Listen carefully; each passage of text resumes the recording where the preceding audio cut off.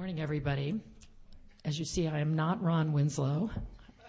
Ron, of course, is a very key editor at the Wall Street Journal, and his senior editors informed him that it was not a good time to be outside of the office given what's going on in health reform. So unfortunately, he is stuck in New York. And since I was coming in to do a panel later today, I was asked to take over in his stead. So I will attempt to do what I can to make the panel work. My name is Susan Denser. I am the editor-in-chief of Health Affairs Journal, which is the nation's leading health policy journal. And I also continue to have an affiliation with the NewsHour with Jim Lehrer, where I was until last year, and I'm on-air analyst for them. And I have to say this topic is a very dear one to our collective hearts, obviously. You wouldn't be here if that were not the case. Health Affairs is going to be publishing a special issue on childhood obesity next March, which we're very excited about, excited as you can get about something that really makes you quite angst-ridden as you read through the papers. And some of you may know there also is a major conference this week, coming up this week, sponsored by the Robert Wood Johnson Foundation, the CDC, and the Agency for Health Research and Quality. And we will be releasing a paper in tandem with that tomorrow. And I think I can violate my own embargo just enough to tell you that the news is not good. So stay tuned for that. As we know, the problem of obesity is enormous in the U.S. and particularly worrisome among children. We know that the rates of childhood obesity, depending on the age of the children you're talking about, has at least tripled, if not quadrupled, over the last 30 years. And as we also know, this is already manifesting itself not only obviously in the huge weight gains of many children relative to earlier generations, but obviously in rates of diabetes, even at very young ages. And of course, it is type 2 diabetes, which we, of course, formerly called adult diabetes. We know that obesity is also associated with very many other chronic illnesses that can plague one throughout one's life, possibly the worst of them being cancer, but others of them being very disabling conditions as well. And as the write-up for the conference indicates, we really realistically confront the reality that the next generation may not have as much longevity as the current generation, nor of course, if one looked at it simply in terms of disability-adjusted life years, the outcomes would be even worse. So we have a terrific panel here today to discuss this topic. And we're going to begin with James Hill, who's the director for the Center for Human Nutrition at the University of Colorado in Denver. I think, David, if it's okay with you, then we'll switch over to David, and then we'll come back to you, Jay, to wrap up. Peter Long cannot be with us today, so we'll have a little bit more time for the three presentations, and then hopefully some time for questions and answers and discussion, which is often the best part of these presentations anyway, notwithstanding the fact that we have terrific presenters here. So, Jim, let's begin with you. Great, thank you. So I'm an academic researcher and interventionist at the University of Colorado. We deal with obesity, understanding why it arises, prevention, and treatment. So I hear that this is the first generation of kids that will die before their parents. I absolutely do not believe that. Absolutely do not believe it. I think the fact of the matter is it's far worse. These kids are going to live longer, but they're going to live with a lower quality of life.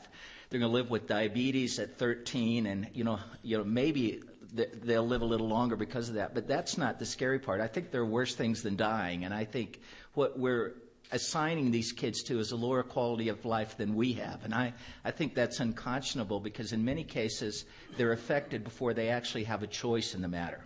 So one of the things that this session promised to do is to talk about where are we in intervening in obesity, what's working, and what happens if none of these programs work. So here's the depressing news, and I suspect your report's going to say that, is we have two ways of measuring obesity. We go out and actually measure people's height and weight periodically, and then we call them on the telephone and ask them how much they weigh and how tall they are. And you can imagine which one gives the highest rates of obesity. Not that people lie on the telephone, but you tend to.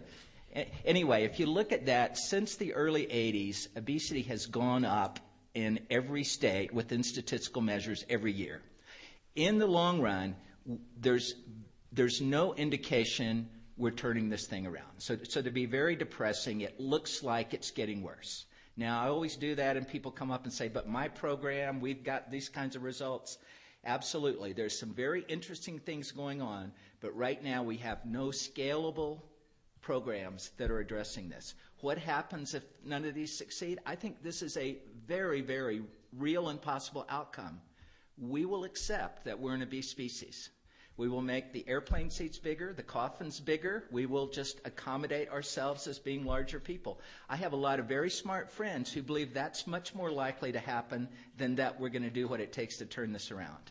Briefly, why is it an issue? You're going to hear from David in a minute, I'm sure, who's going to tell you on the food intake side, we're fighting some terrible biology by trying to get people to eat less and eat better foods because we have this strong biological drive to eat, and we have a biological drive for sugar, fat, and salt. And we've created a food supply that gives us exactly what we wanted. And I'm going to let David talk much more about that. He's got a great book on the subject. But the same thing's true on the physical activity side. We don't have a get-off-the-couch gene. We are perfectly happy sitting around if we don't have to do any work. You force yourself to go out and exercise. So either way, if we're trying to prevent obesity or we're trying to treat obesity, you're fighting some very powerful biology. And on the physical activity side, T-shirts and water bottles just isn't enough to overcome this biological drive to sit in front of the TV or play video games or something else that's sedentary. So that gives you a little bit of an indication of why it's so hard. We've been working on actually beginning to quantify what kinds of lifestyle changes we would need to succeed. And I think this is very useful. With the exception of surgery. By the way, surgery is the one effective way we have to treat obesity.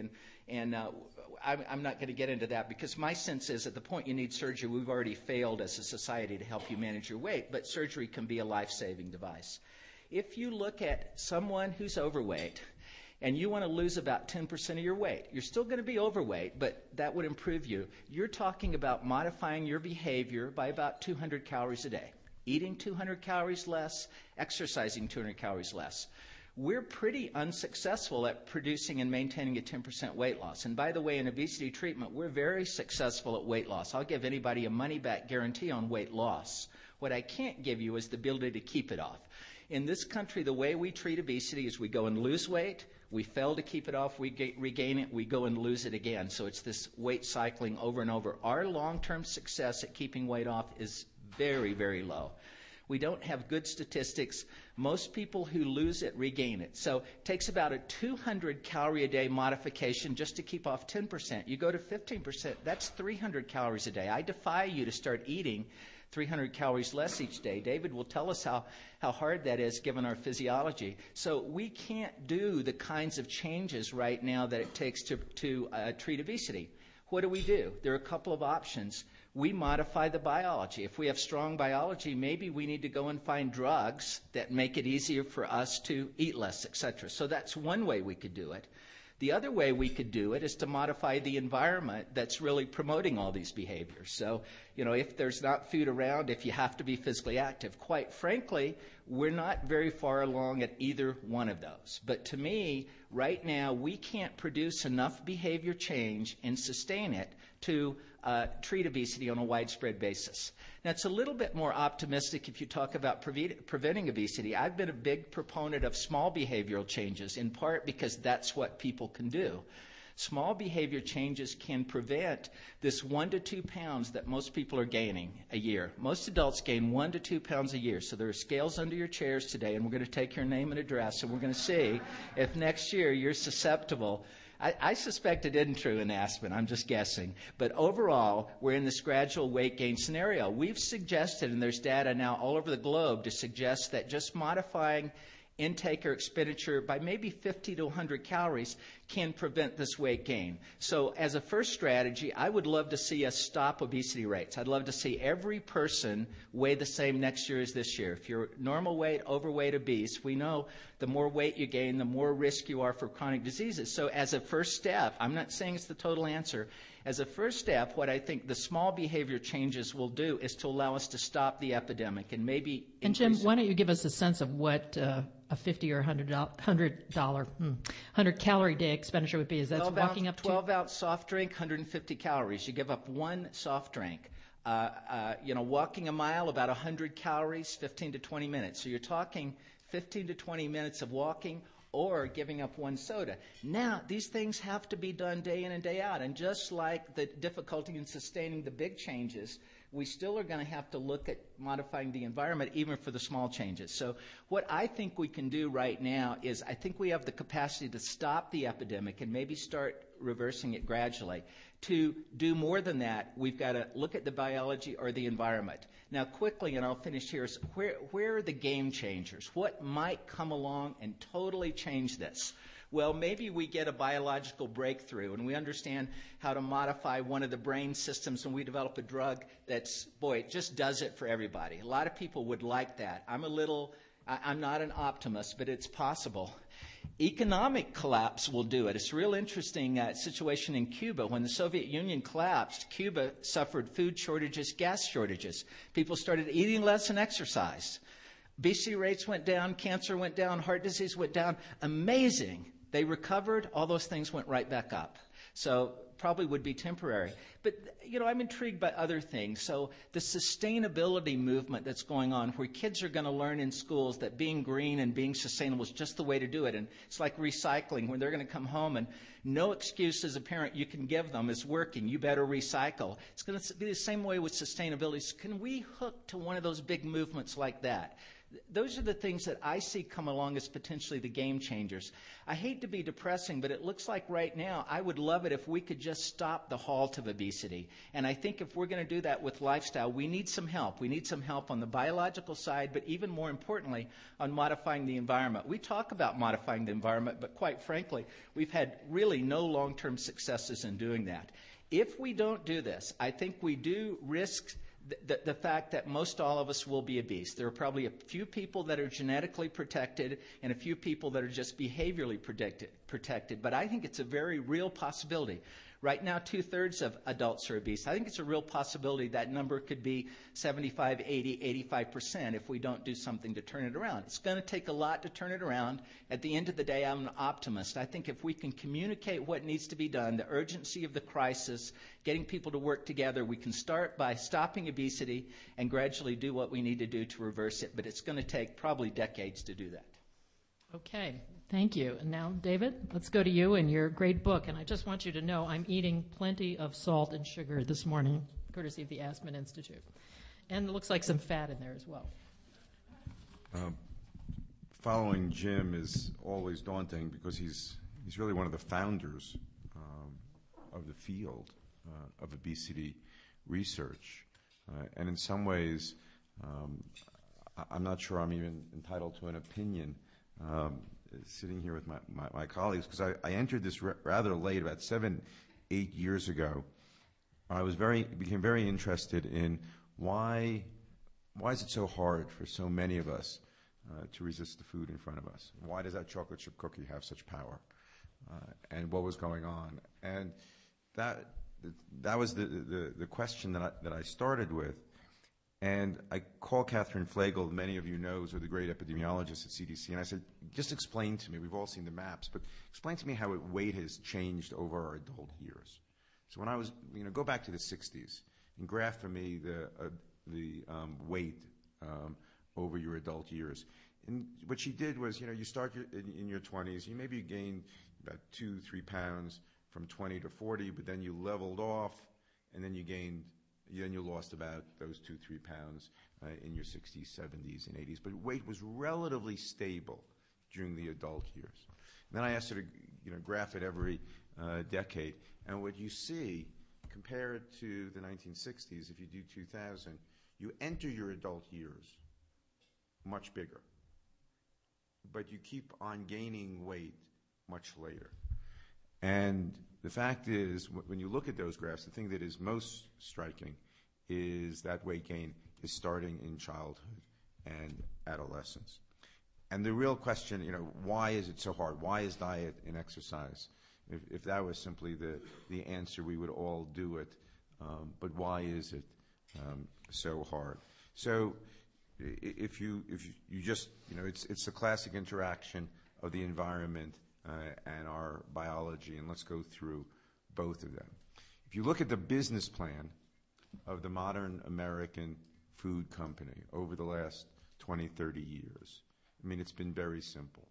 It's to take fat, sugar, and salt, put it on every corner, make it available 24/7, make it socially acceptable to eat any time of day. We've taken down all boundaries of when we eat. You can eat throughout the day here, I promise you.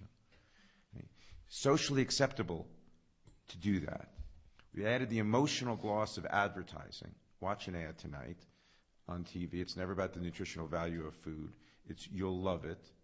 You'll want it. We've made food into entertainment.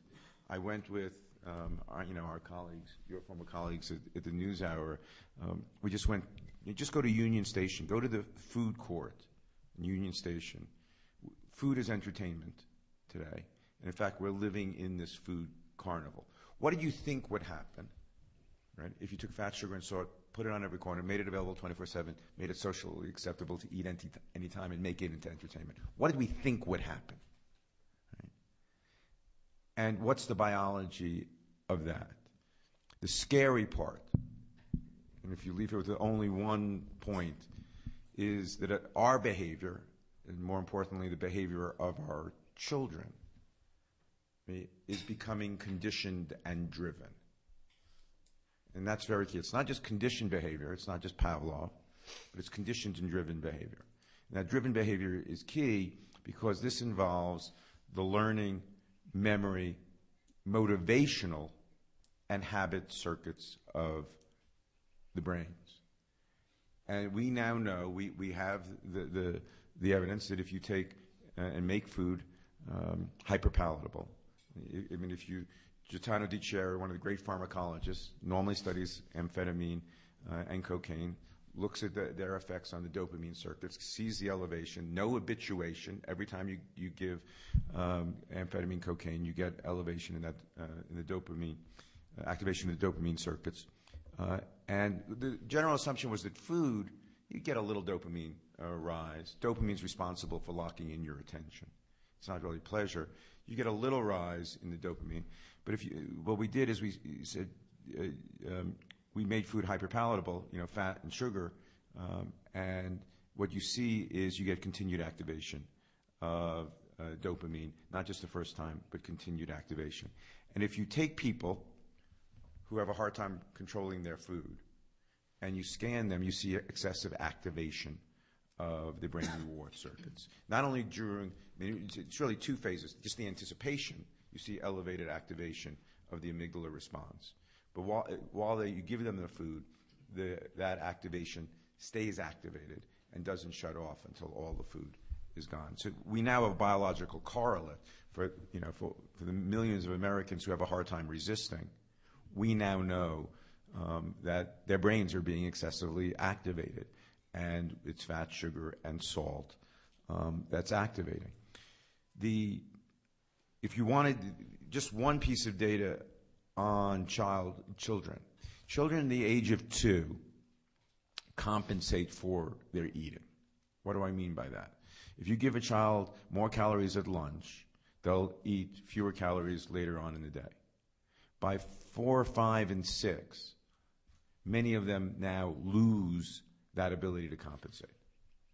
You give exposure to fat, sugar, and salt, in those young years, and those children who were able to regulate and stop eating after they were full and regulate themselves are eating constantly throughout the day. Watch these children. For many of them, they go through the entire day and they are never hungry for a moment in their lives. They're eating constantly. Once you understand that the behavior is conditioned and driven, and we're laying down that neural circuitry, that has profound implications for policy.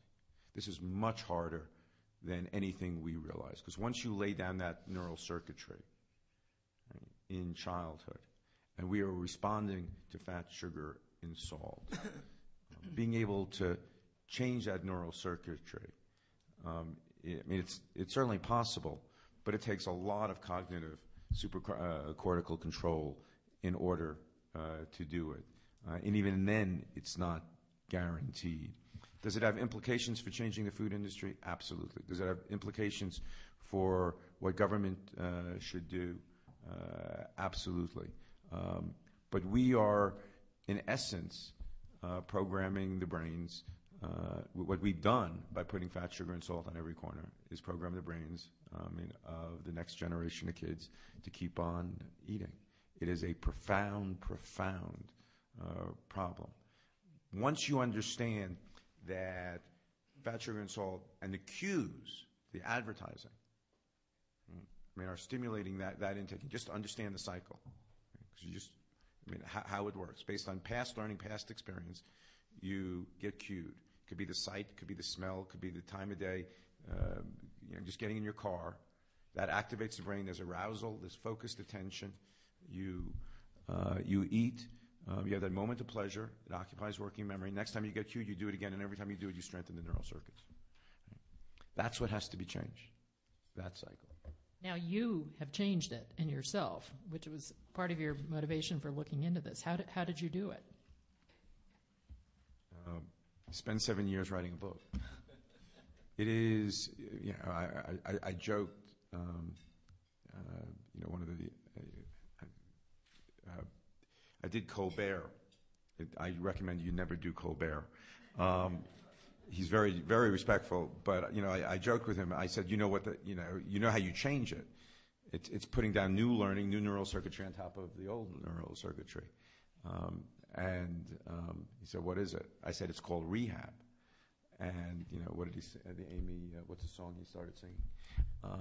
It really is. It's going to require laying down new neural circuitry. My colleagues in the obesity field, some of them say, David, you're unrealistic. You can't reprogram. You can reprogram. Adults can reprogram. Not reprogram is the wrong word. You can lay down new learning, right, on top of that old learning. Some of my colleagues say it is going to be impossible to do that for the vast majority, if you're asking all of America, who's become conditioned and driven to do that, and unless you radically, radically change the environment. Right? You can't, can you expect people to have that kind of cognitive control to be able to do that? And they say, unless you change the environment radically. But that is going to require how did we change, last point, how did we win the tobacco so far? The success in tobacco, how did we do it? Which you were intimately involved in. A lot of people were intimately involved. How did we, with the success so far, what was the key to reinforcing substance, right? No question. Haven't changed the product. It hasn't been laws, and there's been secondhand smoke laws, but it really hasn't been laws or regulation. What was the key determinant of how you change how we respond to a reinforcing stimulus? Health. Wasn't it health issues that were brought forward? What was the one thing that Philip Morris cared more about over the last 4 decades? What was this thing that they were watching? What do they really care about at Philip Morris? Social acceptability. Right? Because if you view a stimulus as positively valenced, I want it, it's cool, it's going to make it sexy, glamorous. If you view a reinforcing substance as positively valenced, you're going to approach it. If you view, what did we do? We changed the valence of the product. We changed how the social norms. We change how the stimulus is viewed. So we demonize the tobacco industry. I didn't fully understand. And why is that important? Is because we made the product negatively balanced. So what do you do when the product's negatively balanced and it's reinforcing? You stay away. So tobacco is easy because you could avoid tobacco. So what are we going to have to do? We're going to have to change the valence of food, but we need food, right? So that's the hard part. So what's the food that we're going to have to figure out to make negatively balanced? And the answer is it's going to be big food. It's going to be food that's loaded with fat, sugar, and salt. That's going to require a public health campaign that's going to have to be much bigger, right, than anything we have seen, because it is much harder, right? Because you can abstain from tobacco. Right? Being able to titrate this so you demonize the kind of foods, and that is going to require a major, major effort. What about demonizing obesity? Nicholas Christakis' work has shown that obesity is in a certain sense catching through social norms. Could we reverse that? Not going to work. Why? Okay? If you want to be thin, and that's what, many people, it's why, let's just first understand, why are diets not going to work? Why do they fail? You have one of the great experts, two of the great experts on this panel, Susan, on this. Right? Once you lay down that neural circuitry, once you have that old learning there, you want to lose weight because of obesity, you want to be thin? Sure, you can deprive yourself 30 days, 60 days, 90 days, you can get the weight off. Go back to your environment, respond to those cues without adding new learning. You still get the same cues are there. Of course you're going to gain it back. If you want to be thin, that's great. The problem is, so you want to lose weight, but you still want the food. So the food is still a hot stimulus. So yes, and then what happens with these reward circuits is, I want to be thin, but I want that food, and I look at this food in the indolent, boy, that looks great. No, I don't. I really shouldn't have it. That's the stuff of obsessions, and the harder you try to fight it, right, the more you obsess about it. That's, once you understand how these learning motivational habit circuits of the brains work, you get caught in this trap. Right? So you want to be thin, but you look at the food and say, that food is great. Unless you cool down the stimulus, and what the issue is not being fat or thin. The issue is, do you want that chocolate chip cookie? So until you can change how whether that's a hot stimulus, whether that stimulus is activating the amygdala and the response, you got to change your relationship with food. Right? So forget talking about obesity, forget talking about weight. The question is, are you going to change how America looks at food? Because I don't want that food, I want that food. And that's what it's going to take.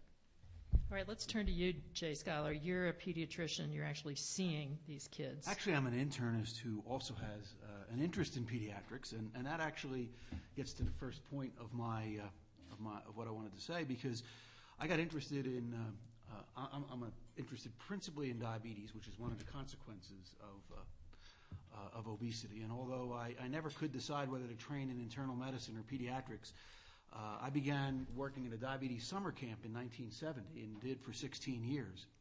And in the 1970s and 1980s, when I was doing that, all of the kids who came to camp were thin and had type 1 insulin-dependent diabetes, which is a disease where the immune system destroys the insulin-secreting cells in the pancreas. Except for one kid one year, Tony, fat kid Tony, he had diabetes, and it turned out he really had type 2. We demonstrated that. But he was the real exception over 16 years. You go to a pediatric diabetes clinic today, and 30 to 40% of the kids have type 2 diabetes, whereas in the 70s and 80s it was unheard of. And it's because of this obesity epidemic that we've been hearing about. And what happens is, as you become obese, you become insulin resistant. And insulin resistance is then associated, depending on your genetic predisposition, with either diabetes and or hypertension and or a dyslipidemia that's a specific type, increased risk of cancer, increased risk of Alzheimer's disease. It's all brought about by the obesity in the genetically predisposed individual. So the obesity is the environmental trigger, which is why we really need to stop it. And I think that David's point was right. It's the environment that is really the key thing. I learned that also in the 70s. I was an endocrine fellow at Duke and interested in diabetes and metabolism. And one of the things that was seen is all these overweight people were getting these lipid disorders, these large hearts, and diabetes. And so there was a program there at the time called the Rice Diet, which was trying to get people to lose weight. So I went in and made friends with the Rice Diet people and said, I'd like to study the people before and after and see what happens to their metabolism.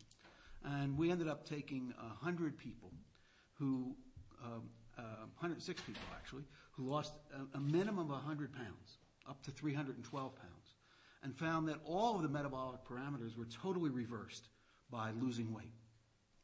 And so that was what I was mostly interested in. But there were a number of other observations which were particularly interesting. How did they all lose all that weight? Well, the environment, as David was saying, was set for that.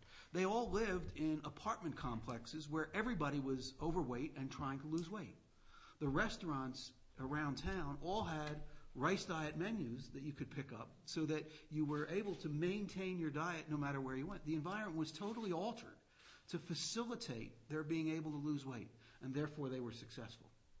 And then the question comes up that David was talking about recircuitry. What about where they ended up? Well, it turned out that there were two groups. There was a group that would lose 100 pounds and keep it off. And then there were a group that lost 100 pounds. They were still 50 or 100 pounds overweight, and they gained it right back. And what we tried to demonstrate, and we did it by assessing growth hormone as an indicator of pituitary function returning to normal. But what we found was that if people lost their weight down to, we were using Metropolitan Life Insurance tables, but basically to a normal BMI, and maintained it for a period of a few months, they would not regain. And their growth hormone secretion, which is depressed in obesity, would return, and that was the signal that their metabolic set point, it was a marker of that was returning to normal. And so what I think the secret to being successful in losing weight is you've got to get it all off and get back to your normal, whatever your ideal body weight or set point is, as Jim was pointing out earlier. And I think that's part of the key to being able to maintain it. If you don't, your body is still metabolically inclined to regain weight, and you're going to regain it. And so those things are crucial. So the question then becomes, how can we influence set point and response? And it turns out there was a hormone discovered at Rockefeller University in the 1990s by Jeff Friedman and his colleagues working in Jules Hirsch's lab called leptin. Leptin is a hormone made by fat cells. And if you look at the animal models that they looked at to test it in, they were fascinating two groups of animals. They were called the OB and the DB mice. And they were both fat. But one of them responded to leptin and one of them did not. It turns out that one of them had a resistance to the leptin receptor and the other one was leptin deficient. The leptin deficient ones responded. The leptin resistant ones did not. And so people said, well, if leptin works to make all these mice, then let's try it in people. And there was a whole large program developed, and leptin really had very little effect in lowering weight in people. The reason was because it's made from the fat tissue. The more fat tissue you have, the more leptin you have. You already had the leptin there. They just weren't responding. They were resistant to it. Well, a very interesting set of observations were made by Andrew Young and Jeff Roth and Alan Barron at Amylin Pharmaceuticals over the last several years, that the hormone amylin, which is produced in the pancreas along with insulin in animals, sensitizes the brain so that it now responds to leptin again. And you could take away all of the fat tissue in animals by giving them the hormone rat amylin together with leptin. Well, they just finished and announced 2 weeks ago in a phase 2b study that in human beings that works as well. If you give them pramlintide, which is a synthetic form of the hormone amylin, together with metroleptin, which is a synthetic leptin, they were losing 12% of their body weight over a 20-week period. And that you can really resensitize people. So you can change those brain circuits that David was talking about. And I think there's now actually been a whole host of hormones that have been identified that really can influence the brain. And unlike drugs, which David regulated for so long, which have small molecules, which have all sorts of potential side effects, by using natural body hormones and giving them, even the difficulty is they have to be done by injection, we can actually change the way people respond and maybe begin to get a handle on helping people turn around and begin to lose weight. So I think we can attack the problem by environmental changes and by hormonal changes. And the environmental changes are interesting. Deborah from McDonald's is sitting in the audience, and she was telling me last night one of the things they did to increase milk consumption in schools was to put a Shrek sticker on the bottle of milk. They have licensed that to be able to do that. And the kids doubled their increase of milk because they like the little stick. We can do little cues to change the environment, I think. And so I think we've really got to work on this in an environmental way, in a hormonal way, and we really do need to get the public health message out that the consequences of obesity are profound, and stop this that 75% will be overweight, because they'll be overweight with Alzheimer's disease, diabetes, heart disease. It'll be a total mess. We've got to stop this. This is the major health problem facing the world today. I'll quit there. Can I? No, I want to pick on my friend David, who is very modest. He's spent years learning more about obesity than most of us that have been in the field for many years, and I agree with a lot about what he said. But here's my question to you, David. Isn't Bill Gates as much of a villain as Ronald McDonald? Aren't we doing the same thing on the activity side? Aren't we really giving people very, very engaging activities that make us sedentary. I believe that we can't solve the obesity problem with food alone. I think everything you're saying is right, but I think we can't just concentrate on food. Computers and television, the motion picture industry, automobiles. I mean, there are a whole bunch of villains out there, and I think we've got to get them in the game. I think it doesn't do much to villainize them. We could talk about regulation, but I don't think we're going to do it by food alone. A lot of epidemiology data suggests you're healthier to be overweight and fit than thin and unfit. So let's be careful what our endpoint here is. Just being thin may not be what we're about. I think we've got to look at physical activity too.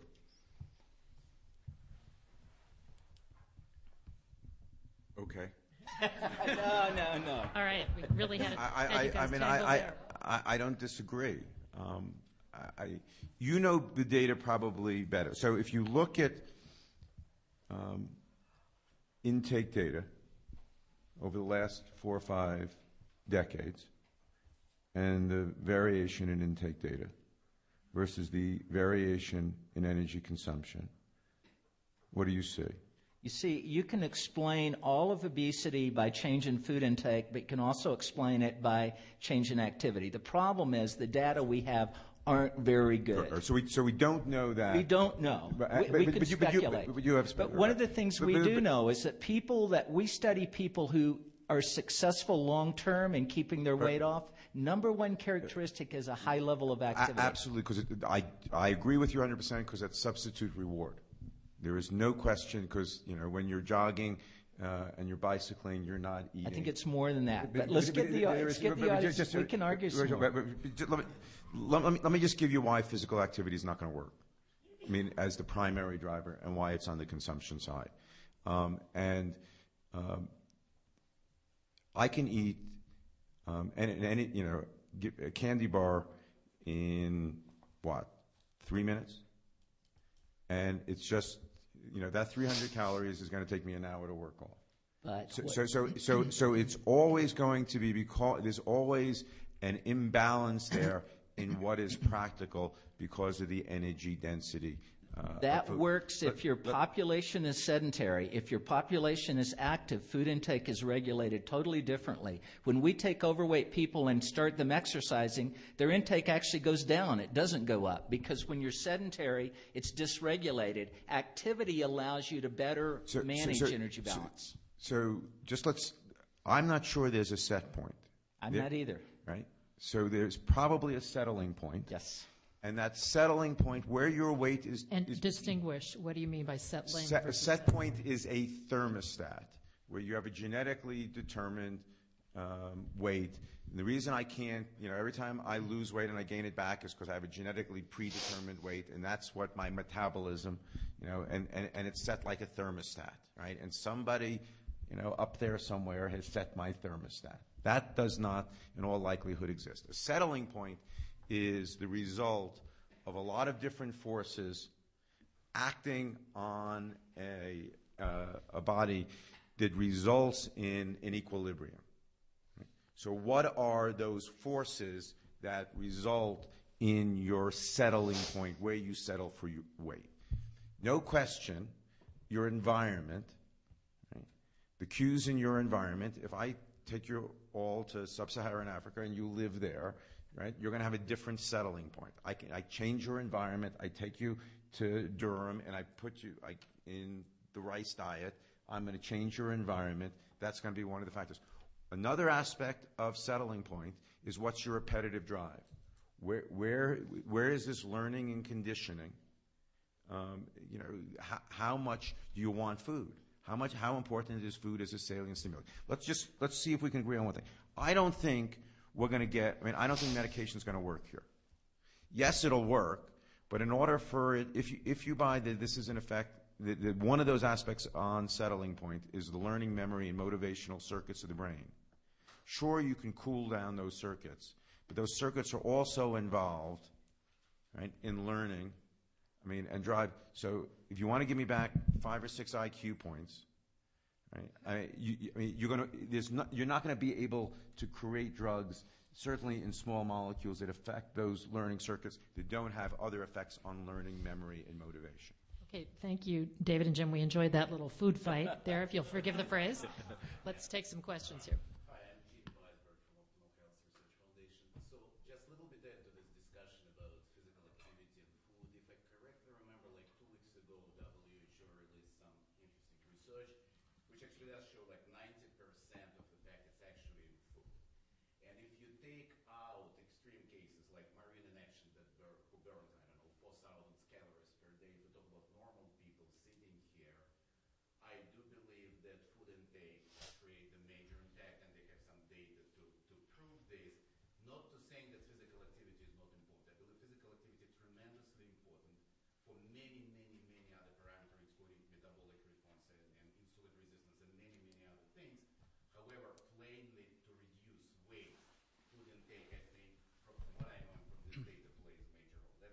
That's the first comment. Then second question. Okay, we need to repeat the questions for the microphone. Yeah. So if you'll hold for there for a second, and I'd like to jump in because I'm sort of neutral between my two colleagues, because you're pointing out that the WHO had a report that suggested that perhaps 90% of it was related to calorie intake, and there's no question that calories have to come in or you're not going to gain weight.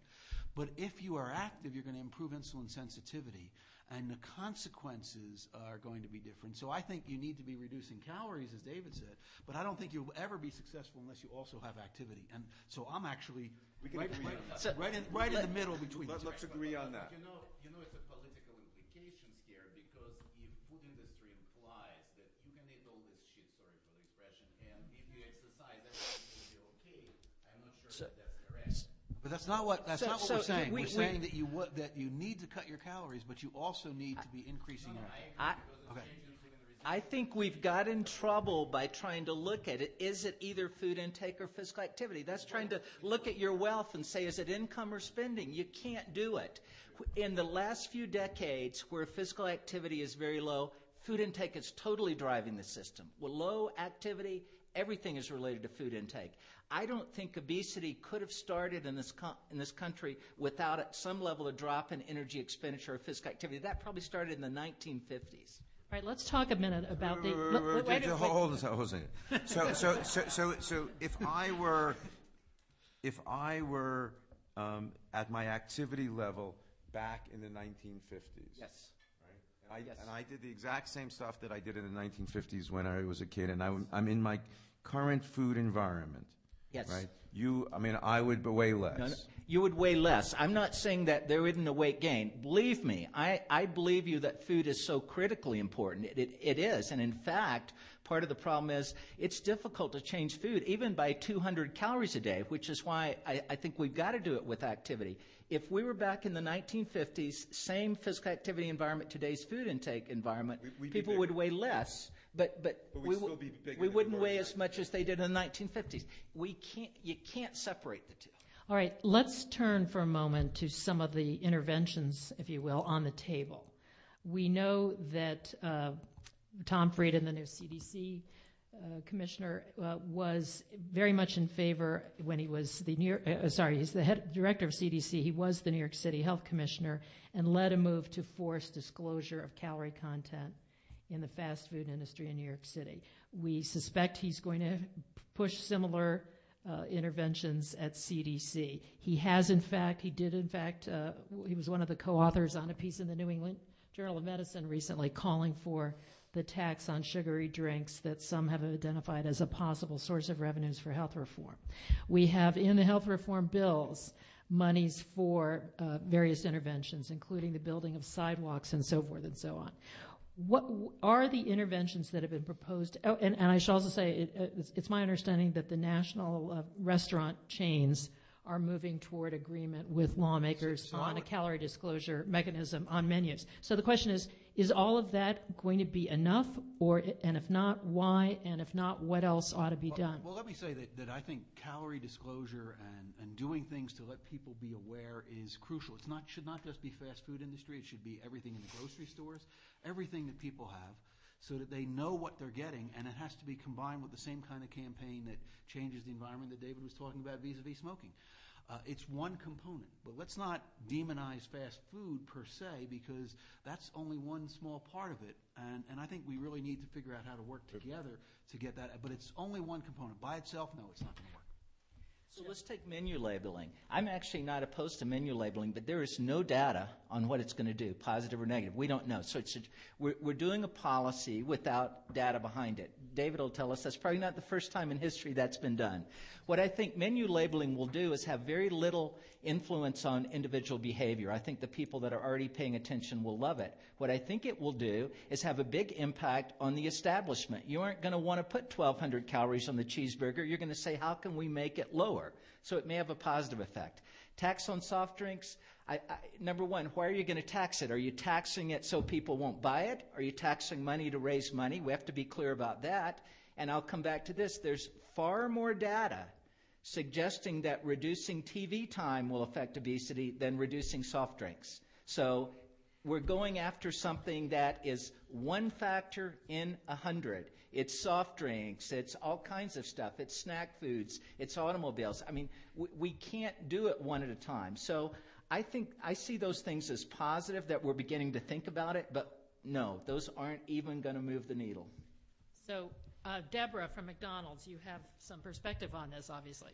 Yeah, I just want to let people know that the calories on the menu board in New York City to date have not changed the product mix. That means what's been sold in New York City. Now, that doesn't mean in 6 months from now that it will, and that doesn't mean that some people haven't changed. But the overall sales in New York City have not changed as a result of calories on the menu board. So we either need to educate people on how to use those calories on the menu board, or it's more than just the food intake, and it's certainly more than just fast food. But there is a bill in the House, there's a bill in the Senate. The restaurant industry has agreed to go national with this. It's just a matter of whether or not its federal officials agree. Good. Okay. David, did you want to make a comment on what you think is necessary? Gunnar, these are all tools along the way. Right?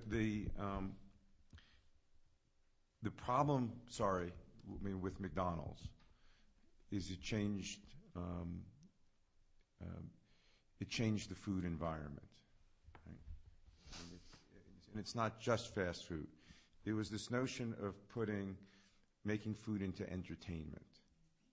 Right?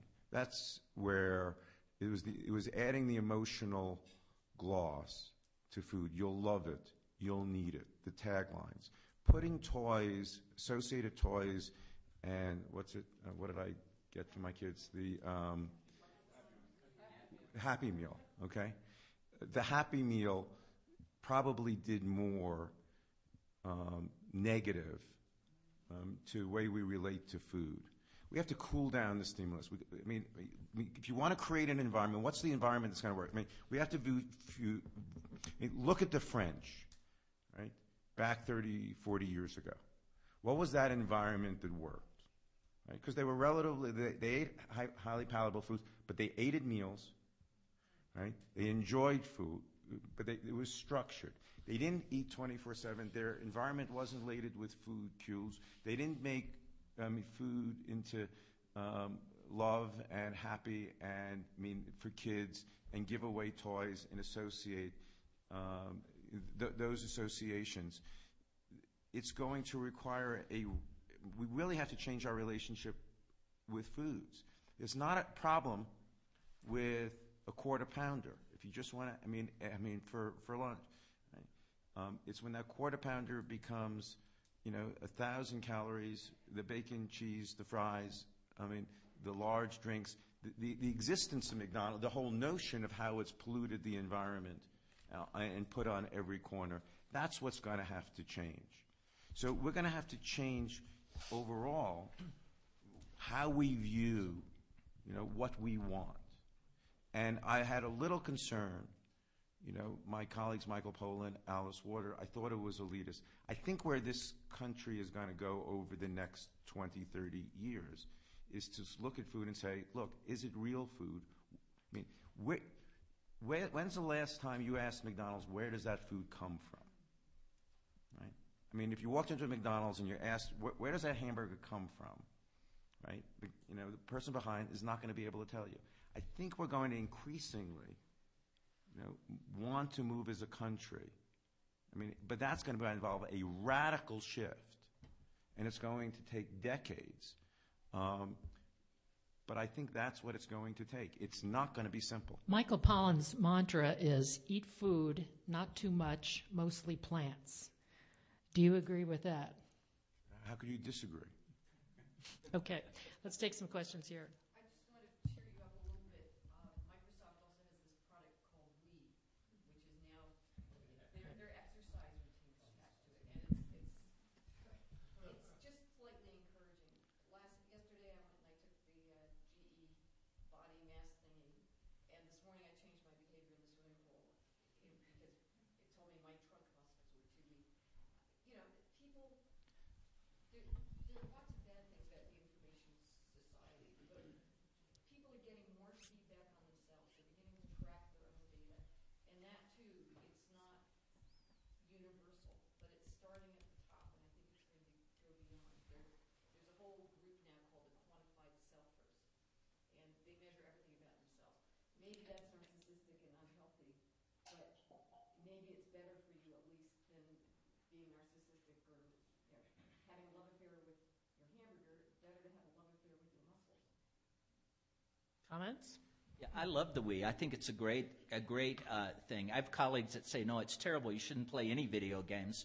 My sense is it's one of those things I see in bits of optimism. If you're going to play it and sweat, that's great. That's what I think we have to see. I think we're seeing some positive moves on the food industry, and I agree with you, David. There's still a lot to do, but part of it is if we can educate and get consumers to want the better stuff, the food industry will make it for them. So food industry clearly has some responsibility, as does what I call the inactivity industry, to get involved. The Wi's a good way to do it. Some of the things that are happening on the food industry are encouraging. Have a long way to go, but I don't think we're going to solve this problem by regulation. I think we're going to solve it through working with private industry.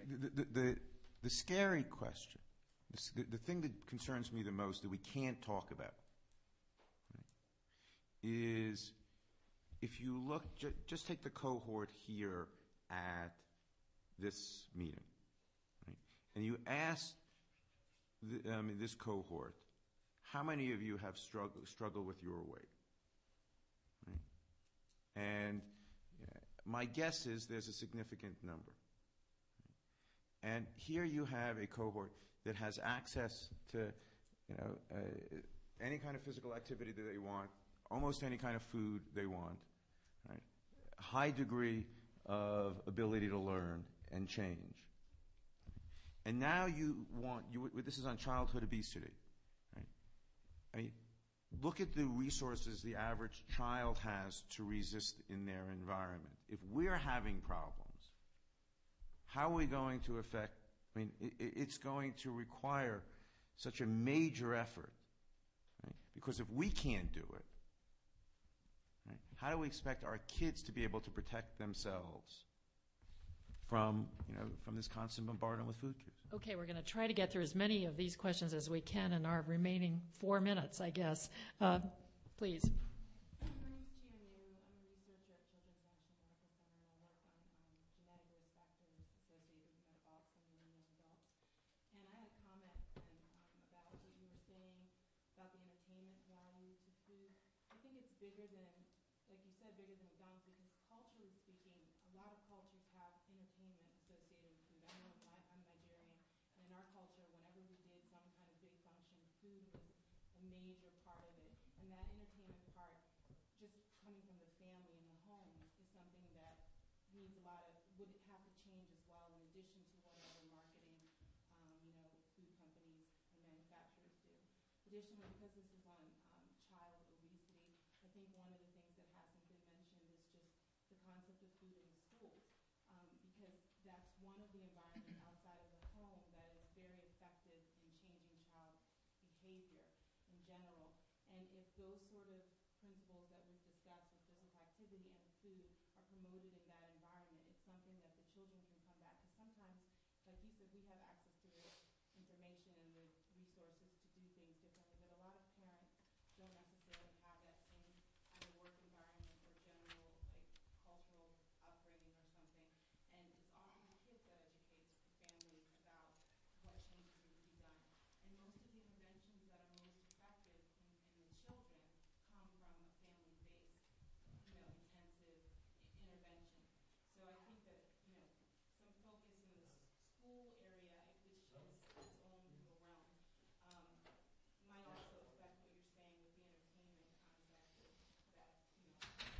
Exactly right.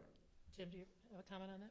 No, I agree with you. I think there's a lot we can do to the school environment. But let me just make one big statement about the environment. It's like we're out there blaming the environment. We created the environment. The environment is what we wanted it to be. We ask for foods that taste good. We ask for not having to work very hard. And I think one of the things you said, David, makes me ask the question, if people know what it takes to not be obese, are they willing to do it? Or are they willing to just say, you know, I'm going to be obese? Because we don't hate our environment. We like our environment. We would just like to be thin in it. The food industry, the argument is we're just giving consumers what they want. We now know, we have the science to show that what we want is excessively activating the brains.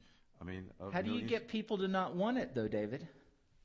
Do you just ban it and not make it available? It's like that horse is out of the barn. Absolutely. We changed how people wanted cigarettes. Majority of Americans smoked. I agree with you. You know, you bring food into a work environment. You bring cupcakes in. You know, these are all viewed. You know, we grew up. It's part of the culture. That's going to have to change. Okay, but David, you talk about changing the environment for tobacco. It was 52% of Americans who smoked in the early 1960s. It's 13% now, but it's 45 years. We don't have 45 years to deal with this. It's going to take decades to change our relationship with food. And we don't have decades, unfortunately, to continue to talk about this. So let's take two more quick questions here.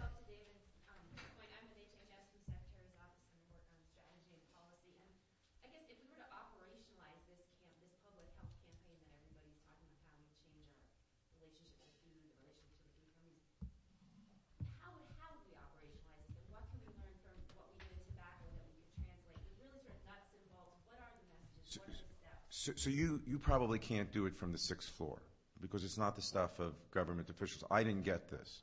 In 1990, Mike Perchuk, who was chairman of the Federal Trade Commission, had left. And he said to me, and I just didn't get this. He said, our job is to demonize the tobacco industry. And I went, what are you talking about? That's not my job. I'm a federal official. Right?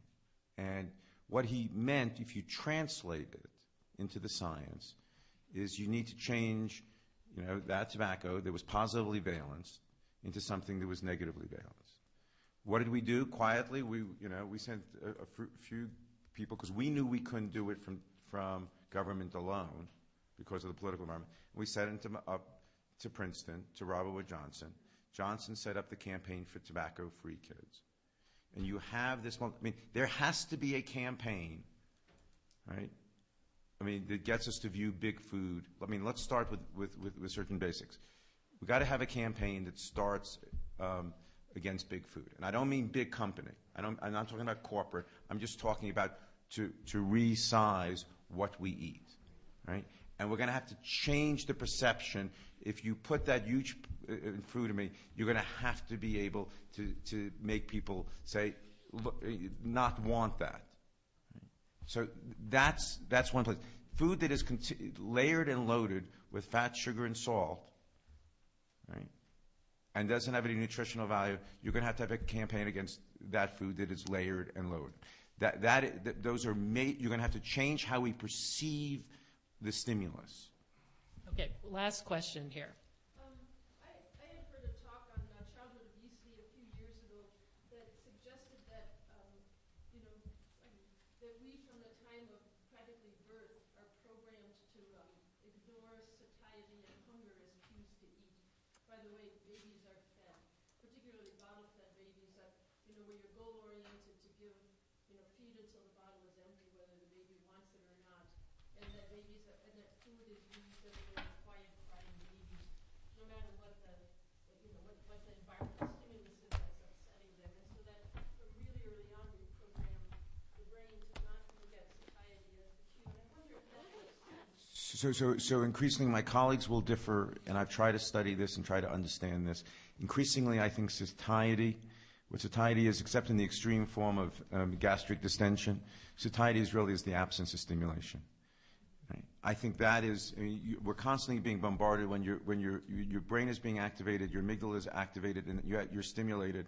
That stimulation, satiety is the absence of that stimulation. Now, again, I think we have a lot more to learn about this, but finding the satiety hormones, the search for that has remained elusive. Certainly, I think a lot of this is the stimulation side and the reward mechanisms in the brain activation. Okay, on that note, lest the Aspen Institute people start throwing food at us, I want to say thank you. You clearly have only whet our appetite for further discussion on this subject. Thank you.